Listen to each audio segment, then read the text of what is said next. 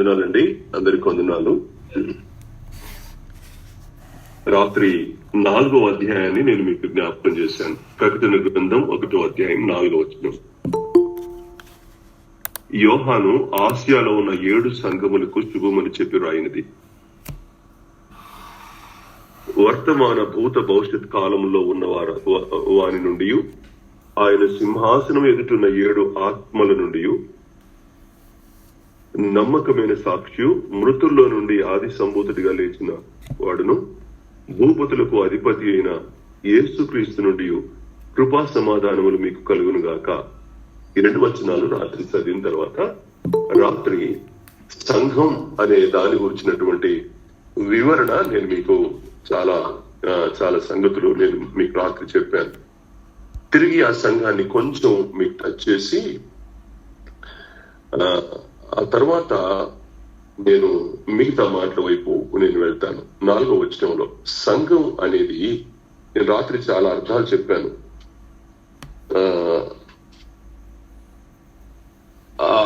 ఇక్కడ ఒక మాట మనం గమనించాలి. ఏది సంఘం? సంఘం అంటే ఏది దానికి 2వ కొరింథీ పత్రిక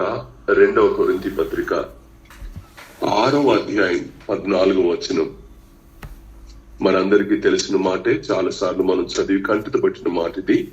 దీన్ని మీరు జ్ఞాపకం చేసుకోండి. 2వ కొరింథీ పత్రిక 6వ అధ్యాయం 14వ వచనం. మీరు అవిశ్వాసులతో జోడుగా ఉండకుడి. నీతికి దుర్నీతితో ఏమి సాంగత్యము? వెలుగునకు చీకటితో ఏమి పొత్తు?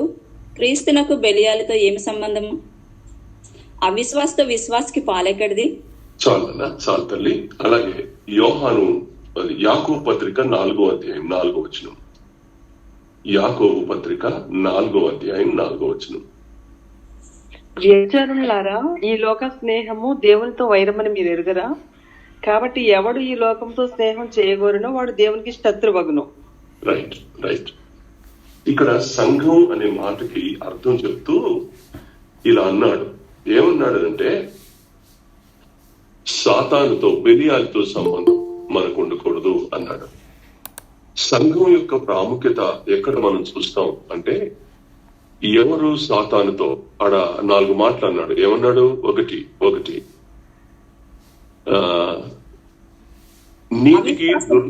నీతికి దుర్నీతితో ఏమి సాంగత్యం అన్నాడు. మరో మాట అన్నాడు, వెలుగుకు చీకటికి పొత్తేంటి అన్నాడు. బెలియాలతో దేవునికి సంబంధమే లేదు అన్నాడు. అవిశ్వాసతో విశ్వాసకి పాలు లేదు అన్నాడు. ఇక్కడ ఈ మాటలు మనం వింటున్నప్పుడు ఏది క్రైస్తవ సంఘం, ఏది క్రీస్తు సంఘం అంటే, ఈ క్రీస్తు సంఘానికి ఉండాల్సినటువంటి లక్షణాల్లో సాతానుతో మనకి ఏ సంబంధం లేకుండా ఉండడం అనేది క్రైస్తవ సంఘ విధానంలో ప్రధానమైంది. కనుక సాతానుతో గాని, అవిశ్వాసతో గాని, చీకటితో గాని ఏ సంబంధం లేకుండా మనం ప్రత్యేకంగా వెలుగు సంబంధులుగా మనం ఉండడం అనేది సంఘం మనకు నేర్పుతున్న సత్యం. కనుక సంఘానికి ఉండే ప్రాముఖ్యత ఇది. కాబట్టి ఎప్పుడు కూడా చీకటి తావుల్లో నిలబడడం, అవిశ్వాసులతో విజోడుగా ఉండడం, బెలియాలంటే సాతాను, బెలియాలతో దేవునితో సంబంధమే లేదు. సంబంధం లేని వాడితో మనం సంబంధం కలుపుకుంటే మన సంఘంలో ఉండడం అనే దానికి అర్థం లేకుండా పోతుంది. అందుకని సంఘం అనేది అపవాది సంబంధమైన దేనితో కూడా సంబంధం లేకుండా ఉండడం, జీవించడం అనేది ఇక్కడ ప్రభువు మనకు నేర్పుతున్న పాఠం. యాకోబు పత్రికలో రాస్తున్నప్పుడు ఈ లోక స్నేహం దేవునికి వైరమని నువ్వు ఎరగవా అంటాడు. కనుక లోకంతో స్నేహం, సంఘం లోకంతో మిళితం కావద్దు. లోకంలో ఉండవచ్చు గాక, లోకంలోనే జీవిస్తున్నాం కాబట్టి లోకంతో ఉంటాం. కానీ లోకంతో మనకు సంబంధం లేకుండా మనం ప్రత్యేకంగా మనం జీవించాలి. నా ప్రియరక్షకుని గురించి ఇలా రాయబడింది హెబ్రీ పత్రికలో. ఆయన ఏమంటాడనంటే, ఆయన పవిత్రుడు, నిష్కల్మషుడు, ఆయన పాపుల్లో చేరక ప్రత్యేకించబడిన వాడు అని రాయబడింది. కాబట్టి ఒక ప్రత్యేకమైన అనుభవం క్రైస్తవ సంఘానికి రావాలి. అందరితో కలిసిపోయి వాళ్ళు 10 మంది బూతులు మాట్లాడుకుంటే అక్కడికి వెళ్ళి మనం బూతులు మాట్లాడితే అర్థం ఏముంది? చీకటి సంబంధులతో మనం కలిసిపోతే వాళ్ళతో మనకు సంబంధం ఏముంది? కనుక సంబంధం అనేది అవిశ్వాసులు 24 గంటలు నువ్వు అవిశ్వాసులతో నువ్వు కలిసి జీవించడం ద్వారా దేవునితో నువ్వు వైరం పెట్టుకుంటున్నావు. లోకంతో నువ్వు కలిసి ఉండటం ద్వారా దేవునితో నువ్వు శత్రుత్వం పెంచుకుంటున్నావు. దేవునికి శత్రువై నువ్వేం సాధిస్తావు? ఎక్కడ గెలుస్తావు? దేనిలో నువ్వు జయించగలవు? గెలిచినట్టుగా నీకు సాతానుడు నిన్ను దూరం తీసుకెళ్తాడు, కానీ అక్కడి నుంచి నువ్వు పడిపోతావు, నీ జీవితం దెబ్బతింటుంది. అందుకనే ఈ సంగతి చాలా క్లియర్ గా రాశాడు. అలా లేని అనుభవాలతో నాటి తొలి సంఘం ముందుకు నడిచింది. మీరు అపోస్తుల కార్యాలు 19వ అధ్యాయం మీరు చూడండి. అపోస్తుల కార్యముల గ్రంథం 19వ అధ్యాయం 17, 18, 19 వచనాలు చూడండి.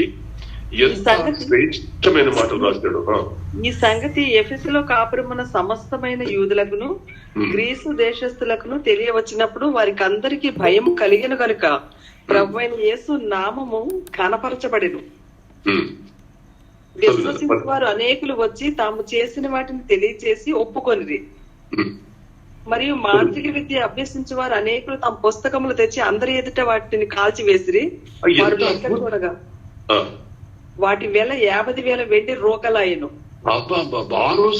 ఆ రోజుల్లో 50,000 వెండి రూపాయలు అంత ధనం గల పుస్తకాలను తీసుకొచ్చి వాళ్ళు అక్కడ పెట్రోల్ పోసి తగలబెట్టేశారు పుస్తకాలు. మాకు ఇంకా మాంత్రిక విద్యతో మాకు పని లేదు అని.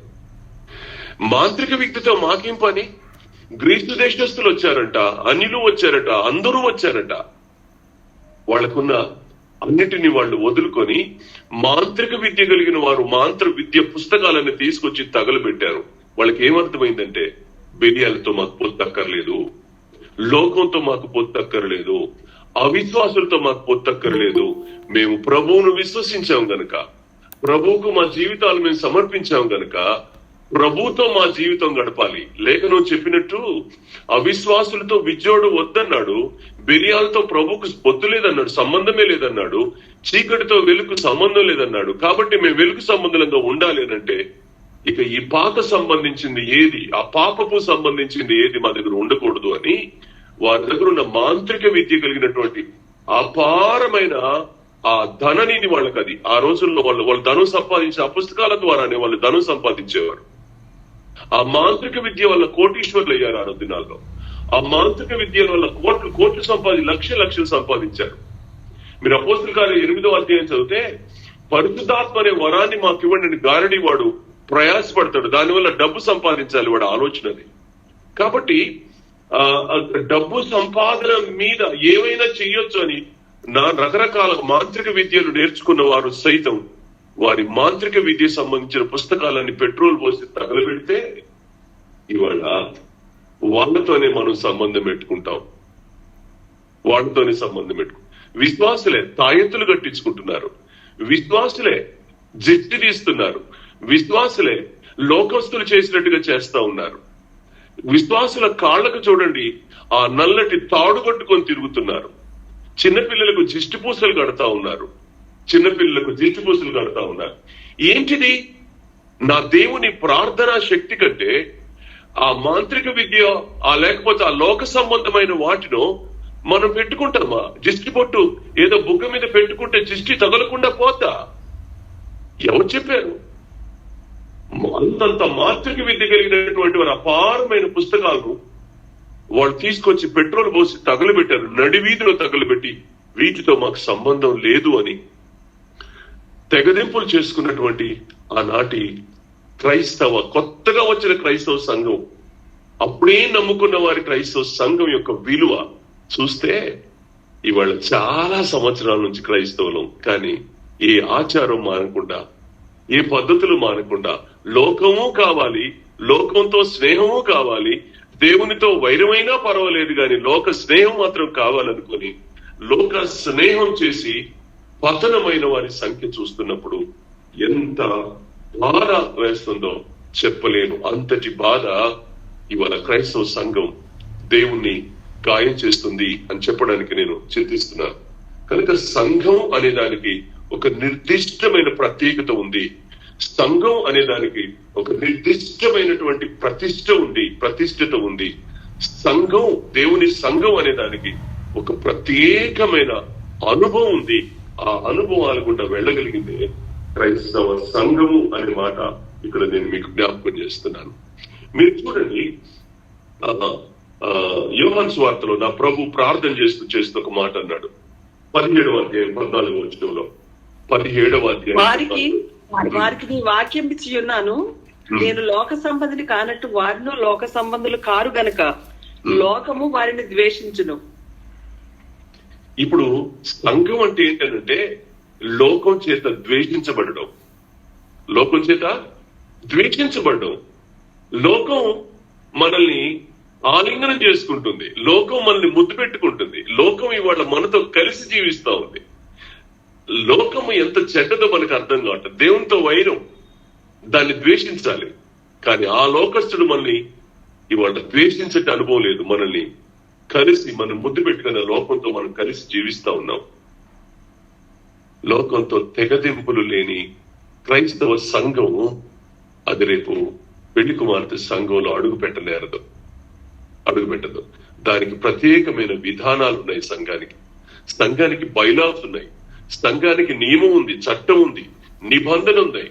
ఆ అనుభవాల గుండా ఏ సంఘం అయితే వెళ్తుందో ఆ సంఘం రేపు పెళ్లి కుమార్తె సంఘంలో వెళ్తుంది.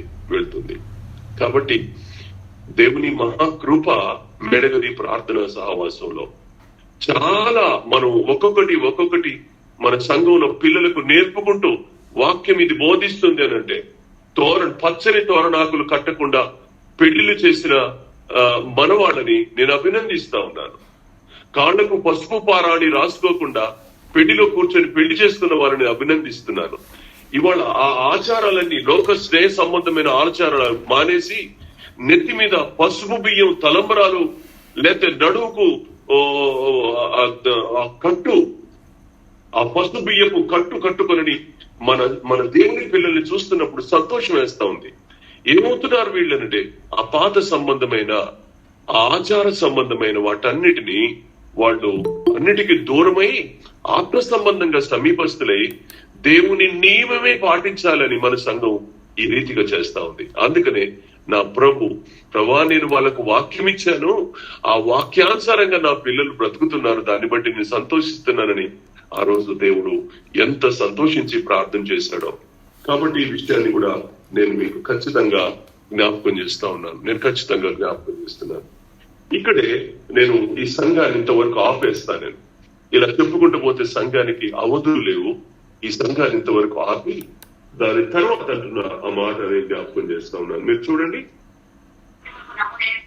7 సంఘములకు శుభమని చెప్పి రాయినది, వర్తమాన భూత భవిష్యత్ కాలములలో ఉన్న వారి నుండి అన్నాడు. వర్తమాన భూత భవిష్యత్ కాలములో ఉన్నవాడు అనే మాట ఇక్కడ చూడాలి.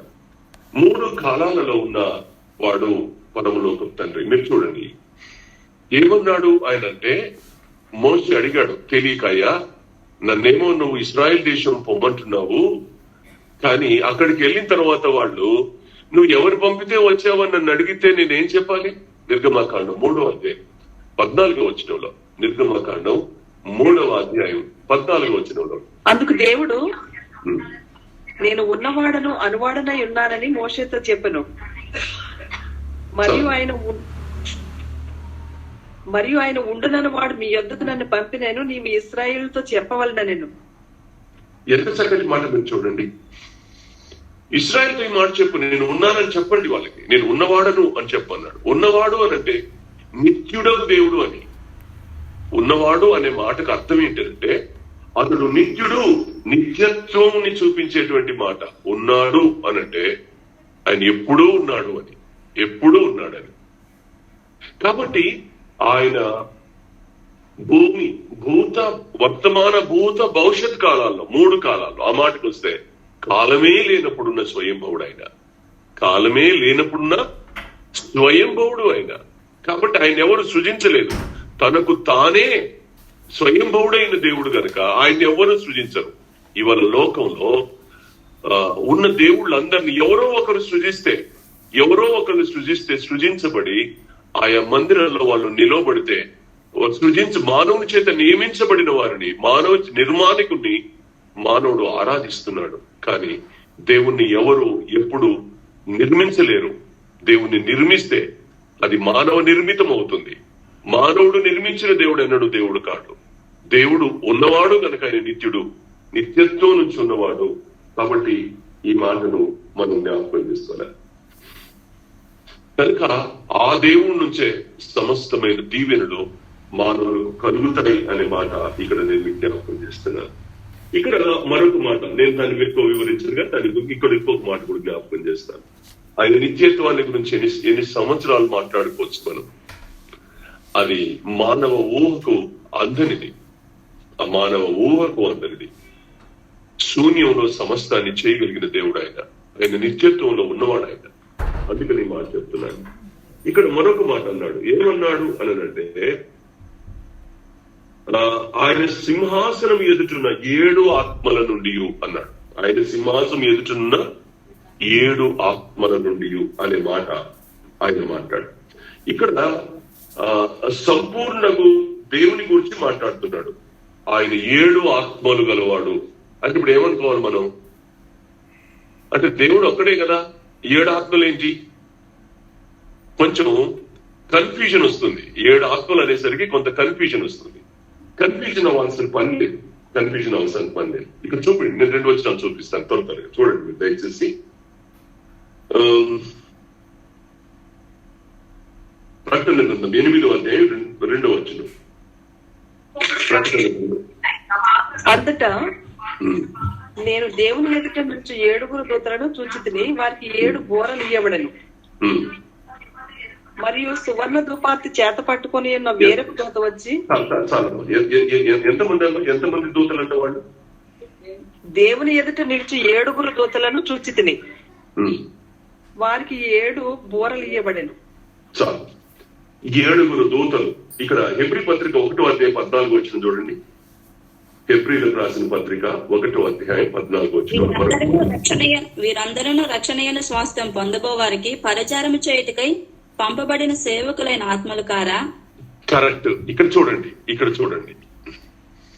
7 ఆత్మలు, 7 దూతలు. వీరెవరు అనంటే సేవకులు, పరిచర్య చేసేవారు అని రాయబడింది. సేవకులకు సేవకులు పరిచారకులు కారా? ఈ దూతలు పరిచారకులు కారా అన్నాడు.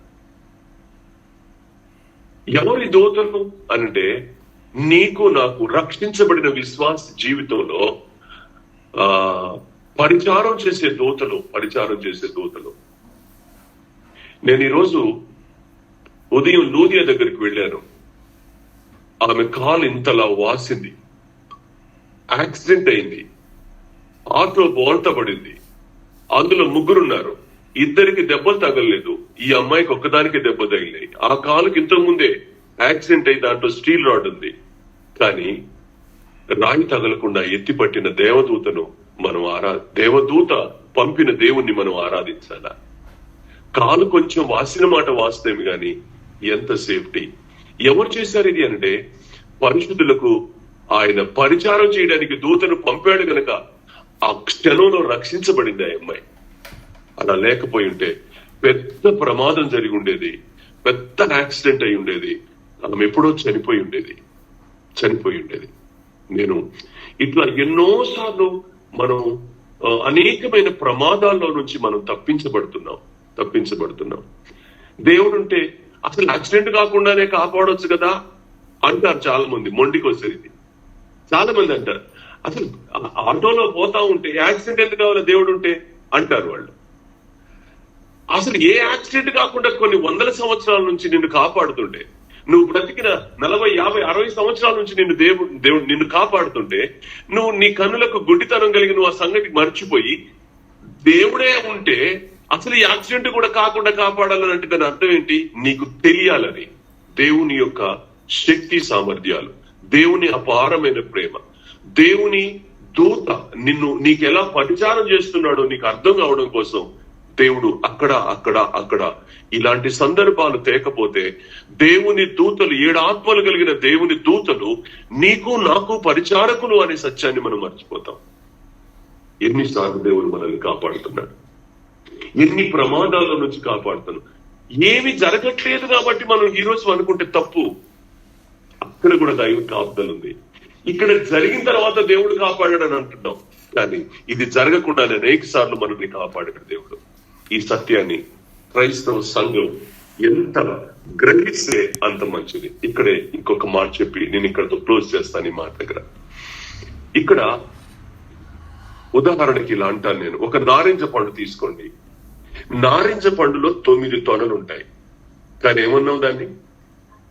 నారింజ పండు అన్నాం, అంతే. నారింజ పండు అన్నాం. దానికి ఇంకా వేరే మనం ఏం చెప్పకర్లా. పండు ఒకటే, దాంట్లో తొనలు ఉన్నాయి. 7 ఆత్మలు కలిగిన వాడు దేవుడు. 7 ఆత్మలు కలిగిన వాడు దేవుడు. దేవుడు ఎవరు అనంటే దేవునికి కొన్ని లక్షణాలు ఉన్నాయి. ఎలాంటి లక్షణాలు? ఈ ఒక్క వచనం చెప్పి నేను ముగిస్తాను. యెషయా గ్రంథం 11వ అధ్యాయం 2వ వచనం. యెషయా గ్రంథం 11వ అధ్యాయం 2వ వచనం. యెహోవా ఆత్మ జ్ఞాన వివేకములకు ఆధారమగు ఆత్మ, ఆలోచన బలములకు ఆధారమగు ఆత్మ.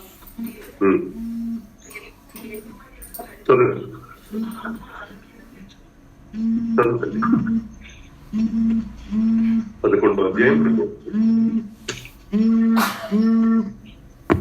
యెహోవా ఆత్మ జ్ఞాన వివేకములకు ఆధారమగు ఆత్మ, ఆలోచన బలములకు ఆధారమగు ఆత్మ. తెలివిని యెహోవా ఎడల భయభక్తులు పుట్టించు ఆత్మ అతని మీద నిలుచును. సరిపోయిందమ్మా. ఇక్కడ మీరు ఒక్కొక్కటి నేను మీకు జ్ఞాపకం చేస్తాను చూడండి. ఈ 7 ఆత్మలు దేవుని 7 గుణలక్షణాలు.